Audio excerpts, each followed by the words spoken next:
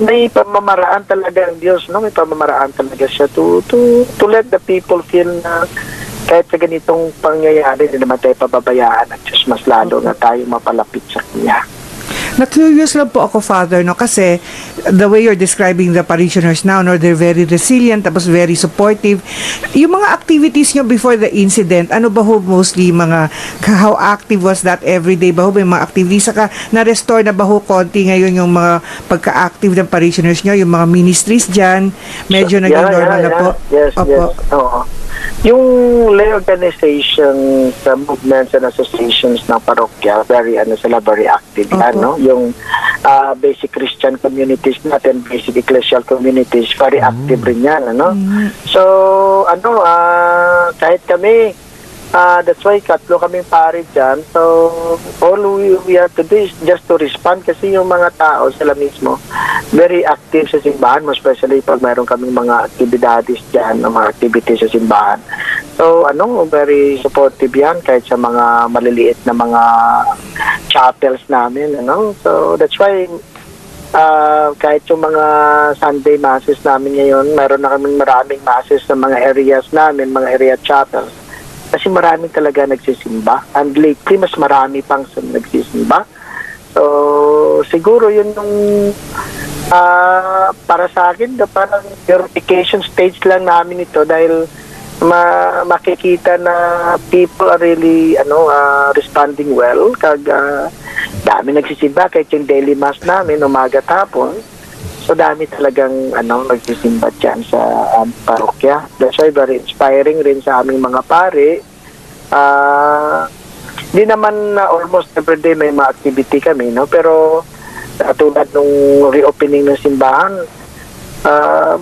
halos upuan, tayuan yung mga tao. We never expect na ganun kadami yung taong darating for the celebration. So ibig sabihin, inaabangan rin ng tao yun na really wanted and prayed na mabuksan na yung simbahan. So that's a grace, no?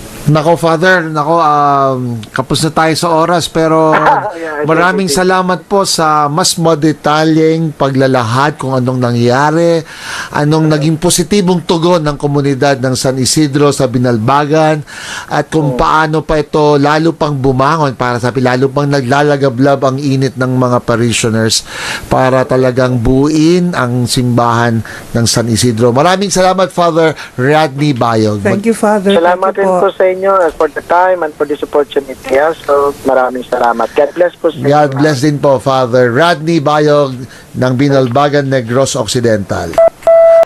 Philippine Standard Time, sato alas 10 ng gabi. Tiyala mo kayo. GBU, God bless you. Kasama si Father Jerome Marquez. Super Radio! Laing nagkagrupras si Alejandro Casilan. Ako si Alejandro Villarasa Casilan, nakapuyo sa Bayanihan Village, Masakpardo, Cebu City. 69 years old. Para sa akong experience, ang Crew Plus dakong nakatabang sa kuha tungod sa akong mga gibati.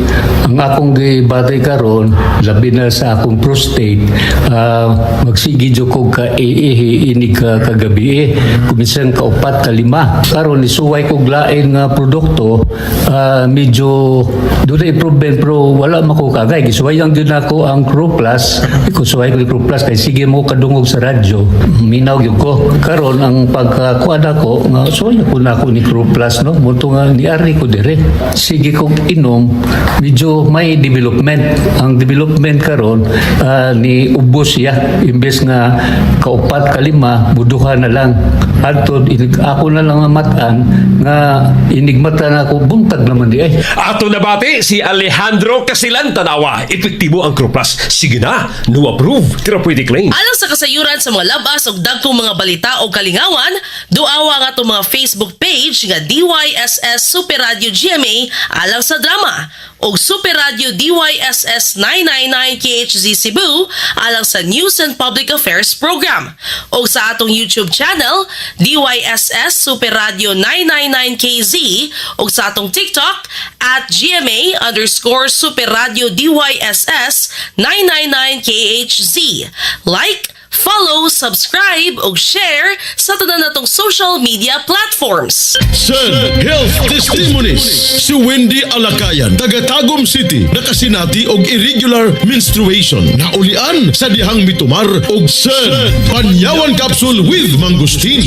Regular magyud akong menstruation. Usahay 6 months, usahay maabot og 8 months, hanggang sa isa ka tuig. Nakasulti sa kuha nga. I-try na ako Send Panyawan Herbal Capsule. Na regular akong menstruation niya. Monthly na. Nakatabang jud ako. Grabe, sobra. Send Panyawan Capsule with Mangustin. Mapalit sa mga butika. Super Radio.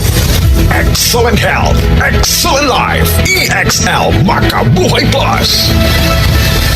Ate ka pa sa kape? Okay lang yan. Dahil ang EXL Coffee Mix 17-in-1 ay may pinagsama-samang sangkap ng native purple corn, mixed herbs at Arabica. Masustansyang sangkap at sarap na talaga namang babalik-balikan mo. EXL Coffee Mix 17-in-1. Nutrisyong sarap sa paborito mong kape. Ang EXL Coffee Mix 17-in-1 ay mabibili na sa mga drugstores at pharmacies, Lazada at Shopee. EXL Makabuhay Plus. Health and wellness for God's glory. May buhay sa makabuhay. Sapat ba sa vitamin D ang pampatangkad ng anak mo? Growy, may 100% vitamin D3 na Team D Growth Nutrients that helps bone and muscle growth with proper diet and exercise. Batang extraordinary bang hanap nyo?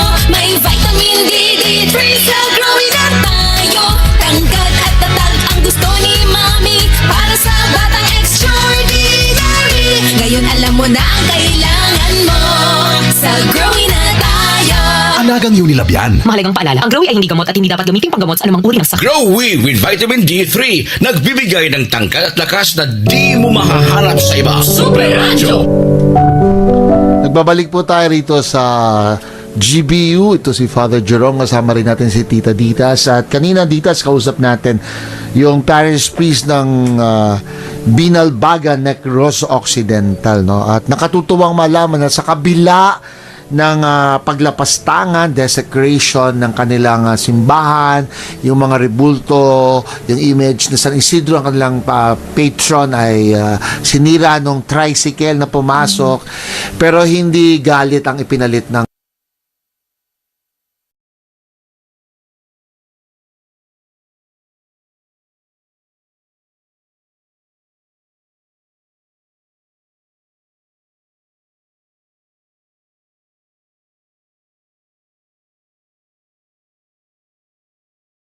lang para lalo manlamig, kundi lalo pang nagliyab at ipinakita ng mga tao yung kanilang pagmamahal sa kanilang simbahan, pati sa mga rebulto. Siyang representation, they are not gods, no? Hindi Diyos sa mga rebulto, pero dahil representation, kailangan ng respeto naman. Opo. At yun lang naman ang ating sabi nga rin, pati yung pinanggagalingang rehiyon nung pumasok na yun ay humingi rin ng paumanhin.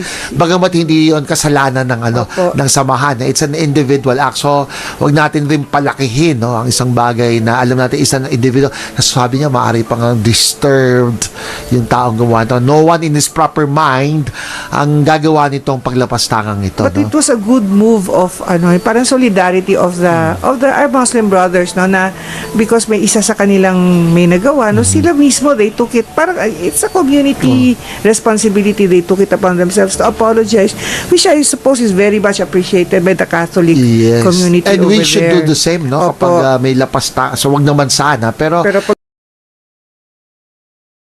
kapag may lapasta, so wag naman sana, pero yan yung magandang harmony ng mga religions, no? Imbis na nagsisiraan, kung may nagkamali mga isa, merong agad na yung pinakang struktura ng leadership nila, no? I think leadership of religious groups are very important para mag-set ng tamang direction, kung ano ang tamang respeto, at kung may paglapastangan, nandun yung paghihingi ng paumanhin, no? It's a good story to end ika nga dito sa San Isidro Labrador Parish. Sana makapunta tayo sa Negros Occidental. I was there last November pero hindi ako umabot sa Binalbagan. Hindi ko alam yung lugar na ito. Hindi ko alam ang mga lugar ng Negros Occidental. No?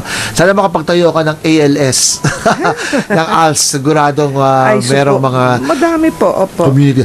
Ngayon, doon sa ating question, pakiulit nga Ditas. Paano natin papalagahan ang seguridad sa ating mga simbahan? At sa tugon ng masa, isa ito sa mga tanong na halos kakaunti Hindi ang mga masyado. tumugon. No? Pero maraming nag-like sa tanong. So, Meron pa ako nag-share. Ayan, nag-share. Sabi ni Linda Buentipo rito, yes, Reverend Father, I tried to give what I know. One, we could take care of our church by serving as models of the community.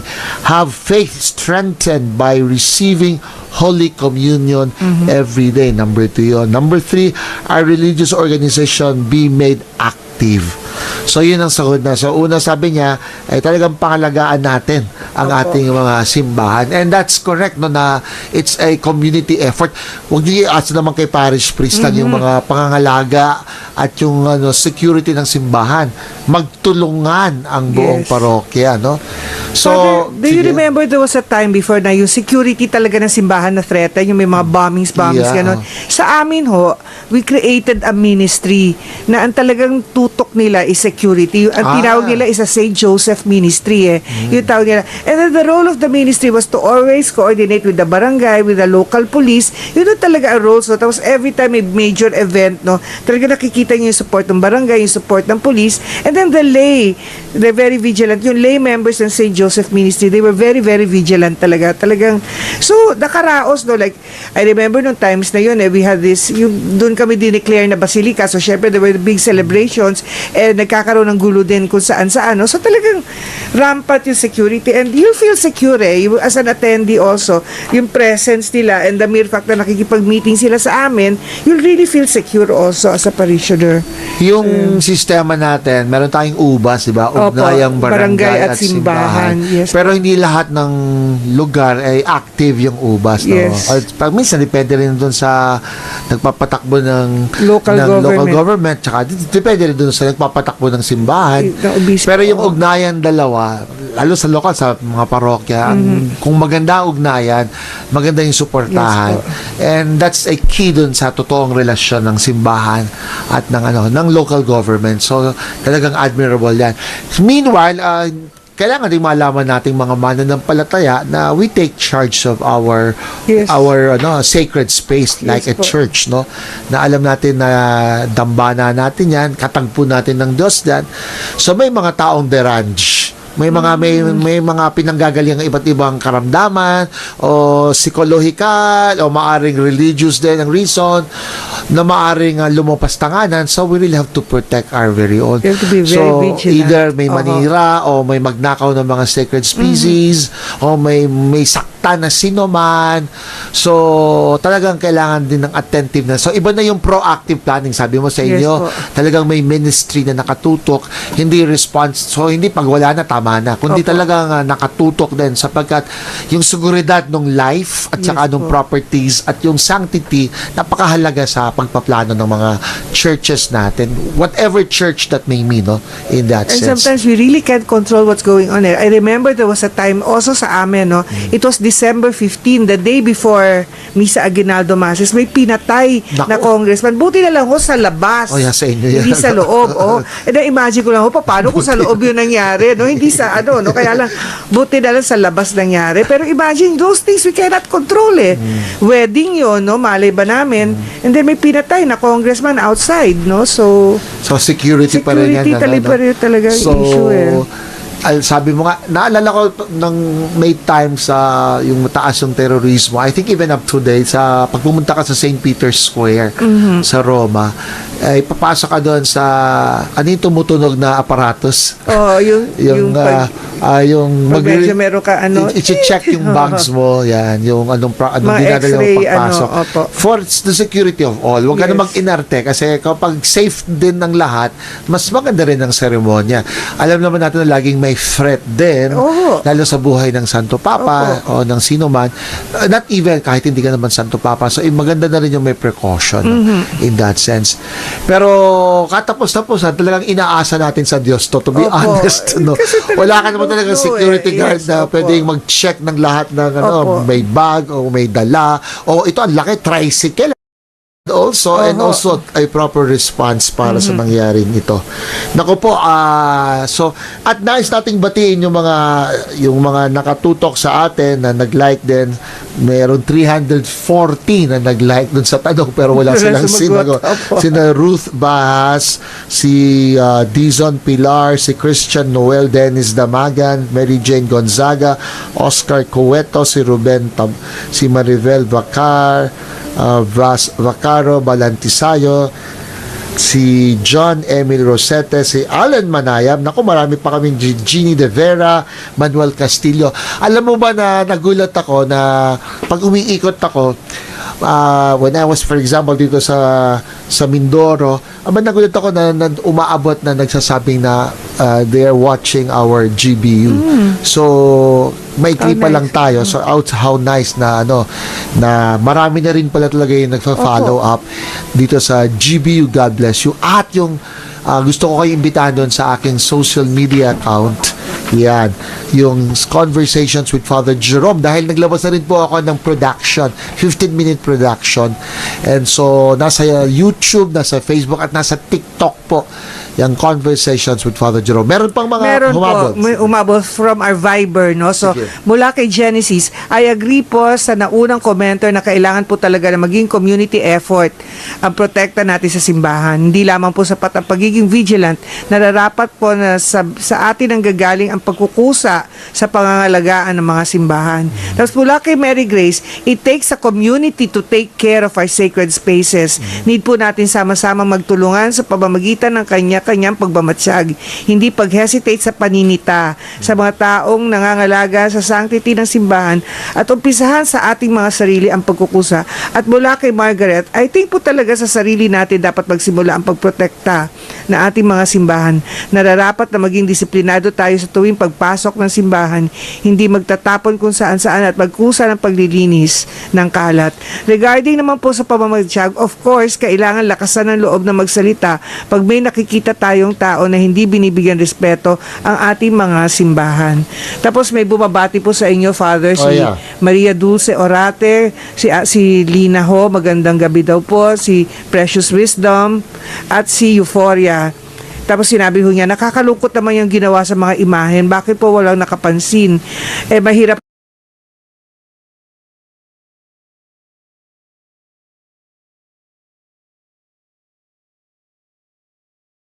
po, tricycle yun, biglang pumasok, bigla. Nagulat, frozen ang lahat, sabi ni Father. Natin where we connect to God. So, hindi lang ang kapulisan o ang barangay, lalo tayong mga mananampalataya. Pero sabi mo kanina, hindi lang yung security, kanina nabanggit niya, no? Pati yung linis ng lugar, no? Alam naman natin na it takes also a good character para pangalagaan yung kalinisan ng ating mga simbahan. At sabi ko, huwag niyong iasa lang sa aming mga parish priest, no? Talaga nga, mga ministries at mananampalataya, we take charge on it. At naku, ngayon, napakainit pa, no? So talagang yung talagang sakripisyo rin sumimba. So talagang kailangan magkatulungan sa pagbabantay sa mga ministries ng ating mga churches at kasama na rin dyan yung talagang pagmamalasakit natin dahil isipin nyo na lang kung wala yung simbahang yan sa yung inyong parokyang pinupuntahan, saan tayo magtitipon? Nasa sinihan, nasa pampublikong lugar. Look kung gaano kahalaga yung physical structure na yan to keep our faith and to enliven our faith. So dapat talagang pahalagahan kung anong naipaglilingkod nito sa ating paglago ng ating pananampalataya. Yan, ako. Pero kanina may yung aking sinimbahan, napansin ko, halos hindi kami nagkakantahan sa lugar namin. Huwag mo lang sabihin. Pero sabi ko ba, siguro kailangan talaga ng palaging reminder din, no? Na dahil hindi ako celebrant, So, watcher lang ako. Sabi ko, ang dami palang pwede pang iangat. Rinig mo, pero hindi engaging dahil hindi naman kailangan drowning, pero kailangan nararamdaman mo rin para nakakasabay ka rin, no? Yun So ang talaga kulang minsan talaga. Yun ang kulang kasi some music ministries, some choirs do not know what it takes Alam nyo, naging member ako ng music ministry. Bago kami mag-practice, meron pa kaming maliit na prayer meeting. Yung nag-sharing kami, no? May konting formation But I at don't may blame the training. choir. Opo. On one hand, I rather say educate the faithful Yes. to assert na kailangan kaming kumakanta sapagkat worship namin yan. Pero wala talagang wanting, no? Parang sabi ko, ang layo pa pala. And enticing yan na talaga kung hindi ganun ka-active. Talagang, Pero ngayon, no? I can go to another church and be more enlivened. Kailangan matakot din yung mga pare at mga Pero at least ngayon ina-address na rin ang renewal at formation ng choirs Dati hindi. Talagang punta lang sila ng punta to sing. But now, ina-address na yan ng worship ministries. Pero it takes, again, the whole community Yes na po. tumulong, no? Opo. Tingin ko may mali sa mindset Parang bahala kayong kumanta Yeah, Diba? dapat I think- they're leading us Oo. to sing Pero yun nga, kung ako yung mananampalataya, parang bahala na lang kayo. I should rather be told na hindi, no? But paano mo gagawin yan? It's a matter for to re-educate siguro, no? Singing pa lang yun, one item pa lang yung topic natin, just to sing, no? Yung isa pa ako, yung may aso ako nung Easter. Dalawa. Hindi ako nakapasok sa simbahan. Sabi ko, sino kayang simbahan ang open sa mga may kasama kong aso? Lalo sa ko iiwan, di ba?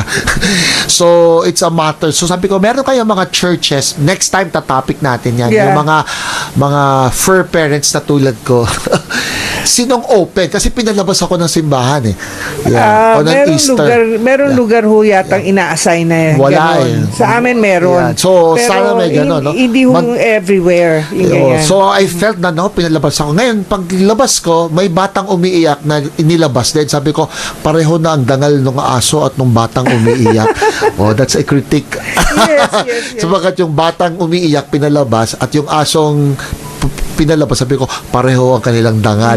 Lumabas ka ng simbahan. Hindi ko sasabihin ko anong church yan. Pero something for us to think over, Yes. no? Talaga nga bang inclusive ang simbahang ito? Talaga bang magpapapasok siya? Ngayon, nako po, ang oras po natin 21 minutes, pakay pa sa ika-10. GBU. God bless you. Kasama si Father Jerome Marquez. Usa ka senior citizen nga si Nanay Bebe nga taga Carmen Surigao del Sur nga makahatag sa iyang testimonya nga siya naayo sa iyang balatian. Nagtumar ako sa bila-bila, duhaman ako kabuyan, naarang-arang na ako kuman, makapanaw na, tapos ako kamot, naingas-ingas, na ako kuan, hapyas, bila-bila. Kumanak, makalakaw naman ko. Na-stroke. Sa Paragis, Bila-Bila, dili na ka, mag-agwanta pa. Super Radio! Hello, ako si Janeline Barsalote o sa HR Supervisor o part-time online seller. Kayod-yun kung kinahanglan kay ako man ang breadwinner sa among pamilya. Aron ma-perform na ako akong obligasyon, kinahanglan maayo pirmi akong panglawas. Mao nga MX3 capsule ko kauban sa tama nga pagkaon ug exercise. Ang MX3 certified nga naay alpha, beta o gamma nutrients. Sa MX3, kampante ko nga mahatag na ko ang needs sa akong pamilya. MX3, diri ko bilib. Mahalagang paalala, ang MX3 kapsula hindi gamot at hindi dapat gamiting panggamot sa anumang uri ng sakit. Gusto ka ba mukaplag sa kamaturan diha sa pagalagad sa makagagahom sa Israel? Gusto ka ba nga moangkon sa tinuod nga ngalan sa kaluwasan? Paminawa ang programang Balik sa Kamaturan. Ang programang Balik sa Kamaturan madungog dining istasyon matag Domingo alas 8 paingon sa alas 9 sa buntag. Balik sa Kamaturan. Nanalo ako ng Hilux! Ako, Honda PCX! Share ko! 5 10 piso! Dami ko premyo! Mga kabarangay, si Heaven Peralejo to. Lamang ang panalo Hinebra Ensenado 2024. Mas pinalaki ang prizes kesa last year. Bumili ng Hinebra San Miguel o GSM Blue. Tignan ang ilalim ng cup o selyo, magka-chance manalo at i-redeem sa redemption store. Lamang ang panalo! Sali na! Terms and conditions apply. See posters for more details. Promo runs from March 16 to June 30, 2024. For DOH FTSFR permit number 0221 series of 2024. Drink responsibly.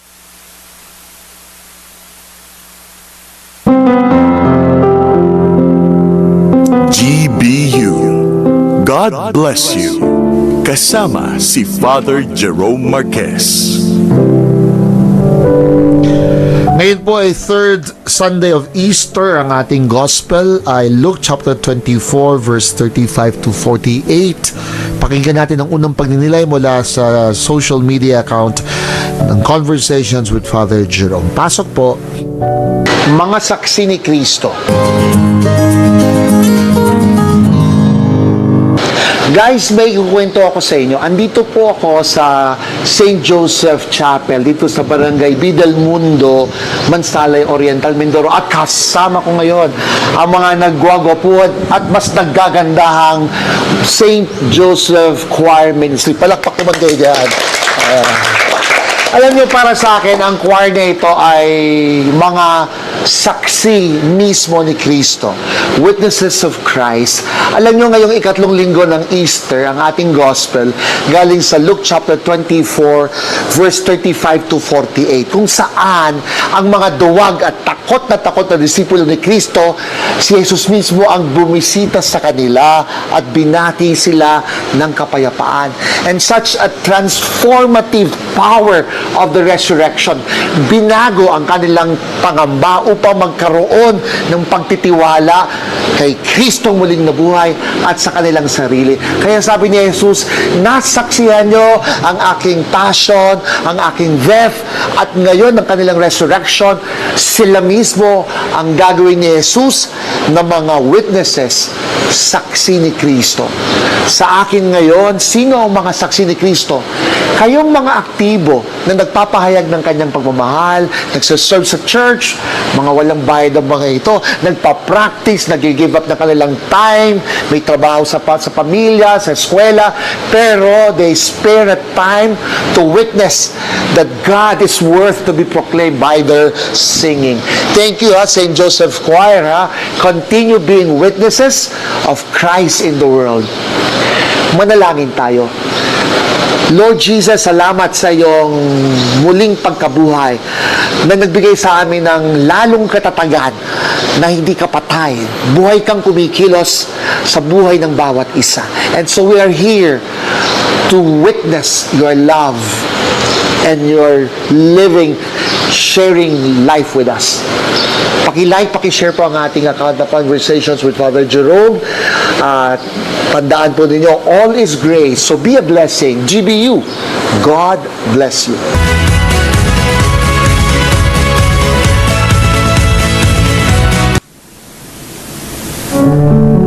Ayan, maraming salamat doon sa first reflection na yan. Ditas, ikaw naman na magdugtong. Opo.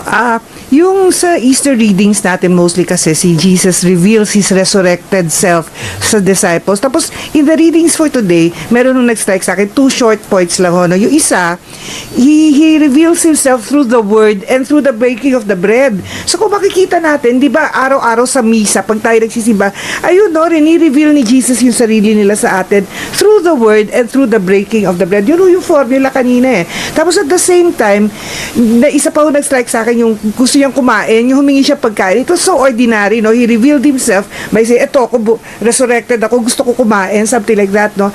And so he revealed himself to his disciples in a very ordinary way. Tayo yun siguro in our ordinary selves, we can make Jesus real to others, no? By our kindness, our compassion, our ganyan, no? Although hindi naman, like Saint Teresa of Calcutta said, no? Not everybody among us is destined to do great things, no? But if we do these small, kind, compassionate things with love, then we bring Jesus as real to these people that we serve. Yun po. Nako, thank you for making it real this night.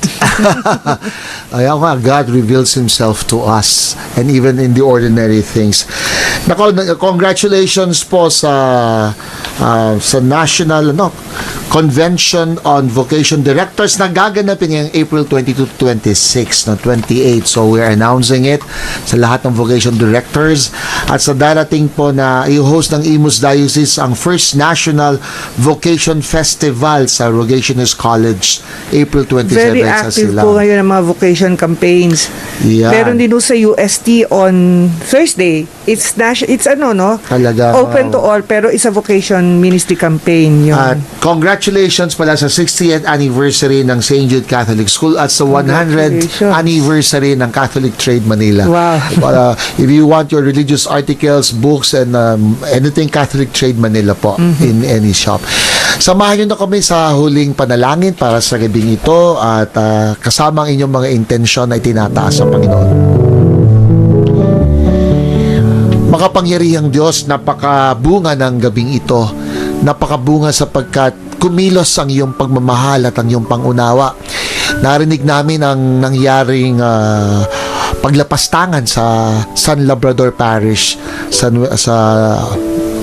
Occidental, sa Negros Occidental, at narinig namin ang kilos at tugon ng pamayanan upang bumangon, hindi galit kundi mahabang pangunawa, hindi upang manisi kundi upang lalo pang magkatulungang ibangon ang simbahang kanilang bahay dalanginan, ang simbahang siyang daluyan ng pagmamahal at ng pangunawa at ng iyong salita. Patnubayan mong bawat isa sa amin na may pinagdaraanan, Panginoon. Naway makabangon din kami tulad ng pagbangon ng mga taga San Isidro Labrador Parish. Hilumin mo ano mong mga sugat na meron kami at may mga pinagdaraan ng mga sakit at problema. Ipadama mo, Lord, ang iyong pagpapala sapagkat ikaw ang presensyang aming hinahangad. Basbasan mo ang bawat isa sa ngalan ng Ama, ng Anak, at ng Espiritu Santo. Amen. Susunod po sa amin ang pop playlist, si Pop Eric sa kanyang playlist, at meron din pong Rosary time at 10 o'clock. Ito po si Father Jerome Marquez, SVD. Ako po si Tita Ditas, Africa. At mga ka-GBU, tandaan natin, all is great, so be a blessing. GBU, God bless you.